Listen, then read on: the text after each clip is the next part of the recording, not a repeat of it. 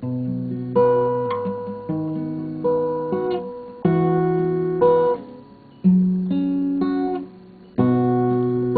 umibig na ako, subalit nasaktan ang puso. Parang ayoko nang umibig pang muli.